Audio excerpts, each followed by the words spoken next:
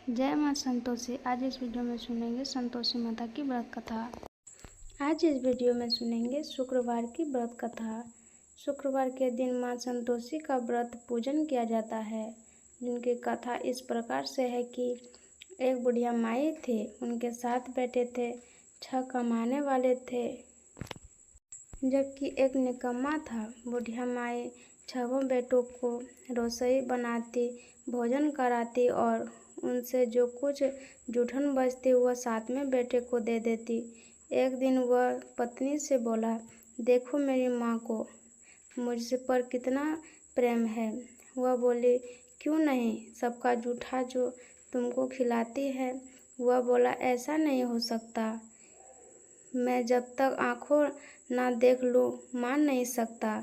बहू हंसकर बोली, देख लो तब तो मानोगे ना।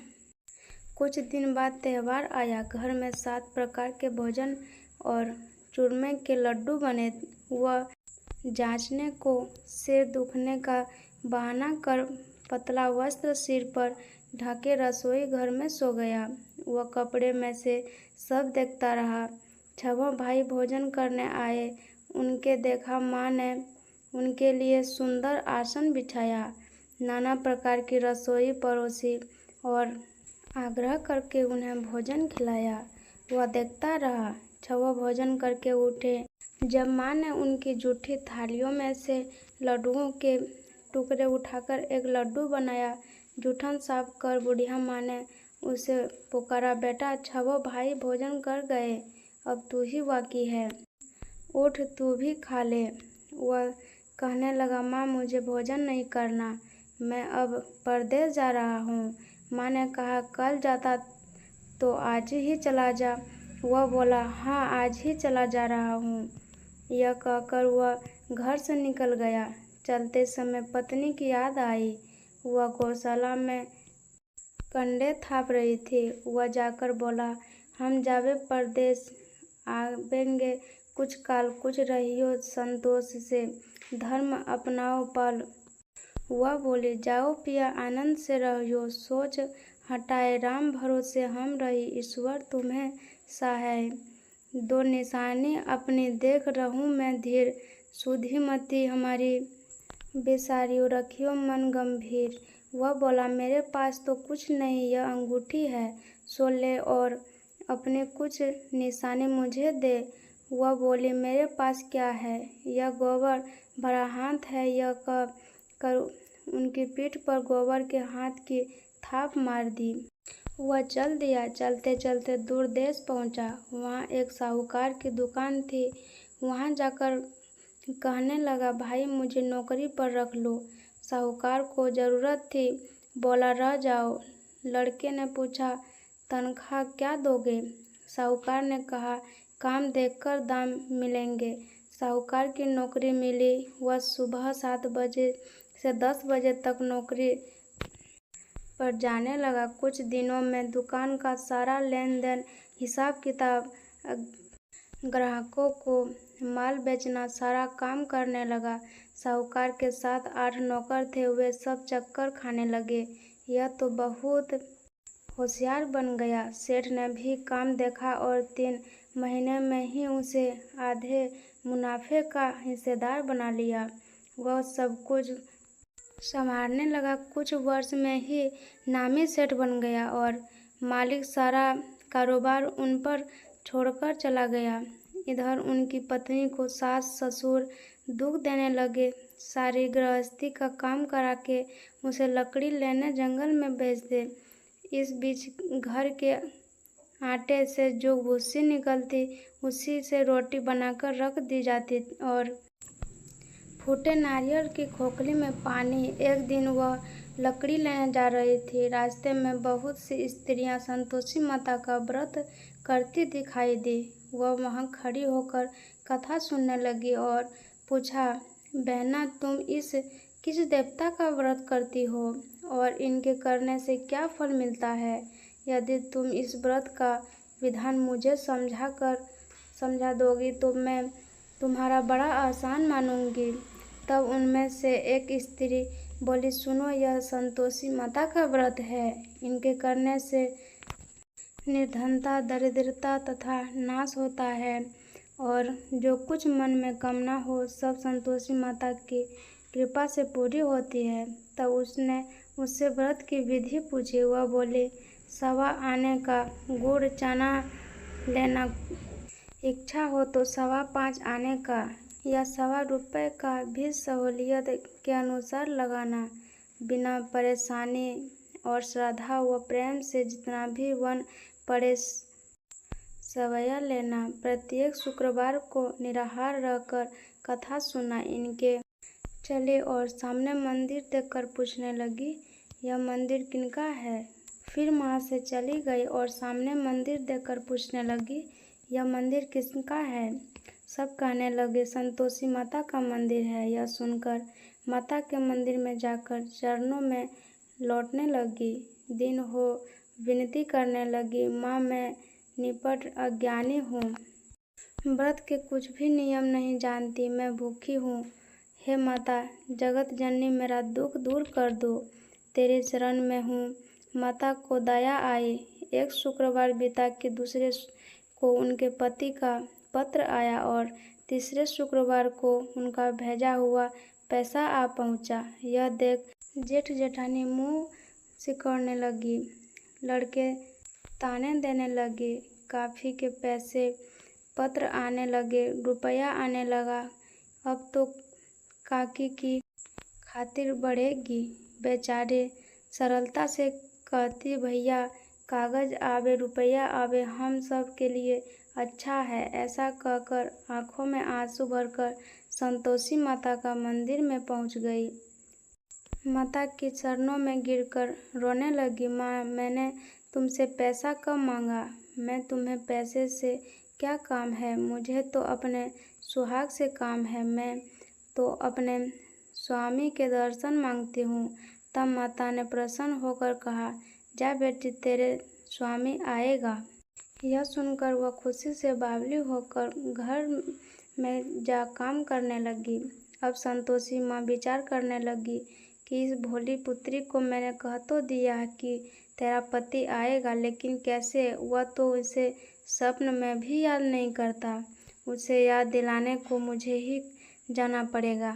इस तरह माता जी उस बुढ़िया के बेटे के पास जा स्वप्न में प्रकट हो गई। साहूकार के बेटे सो रहा था या जगता है?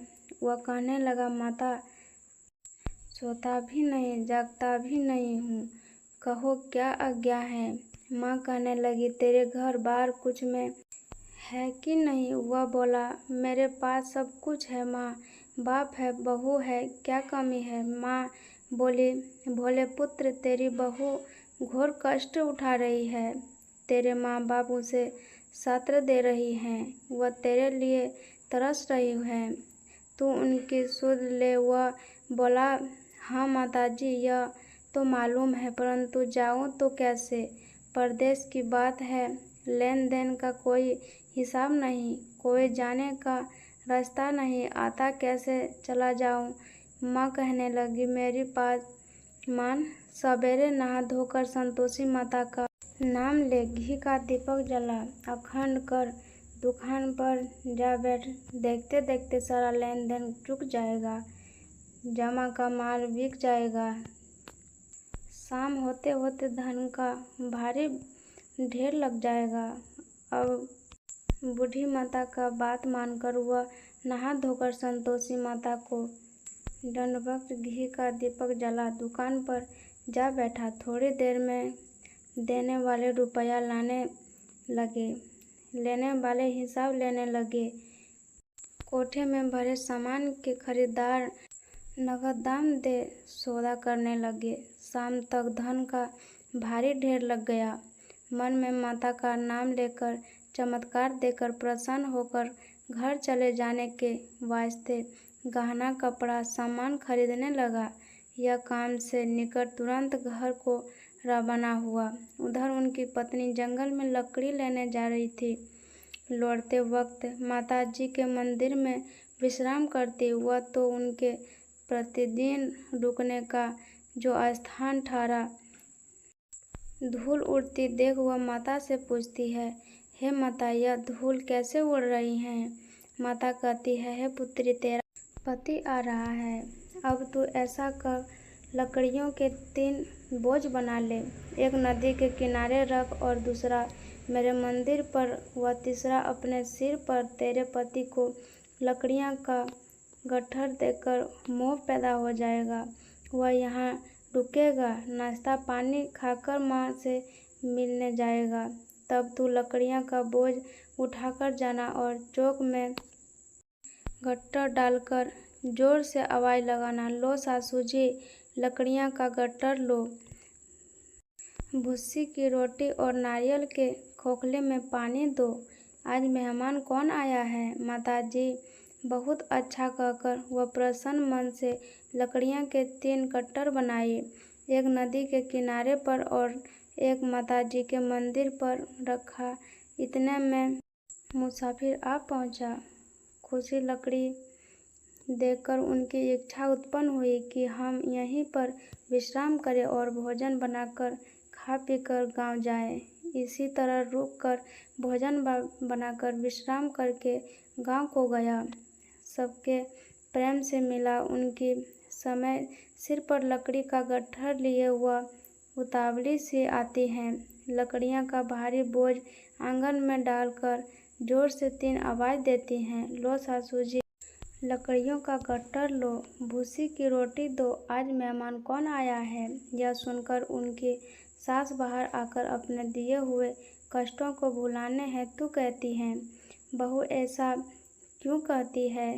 तेरा मालिक ही तो आया है। या बैठ, मीठा खा, भोजन कर, कपड़े गहने पहन। उनकी आवाज़ सुन उनका पति बाहर आता है। अंगूठी देख व्याकुल हो जाता है। माँ से पूछता है, माँ यह कौन है? माँ बोली, बेटा यह तेरी बहू है।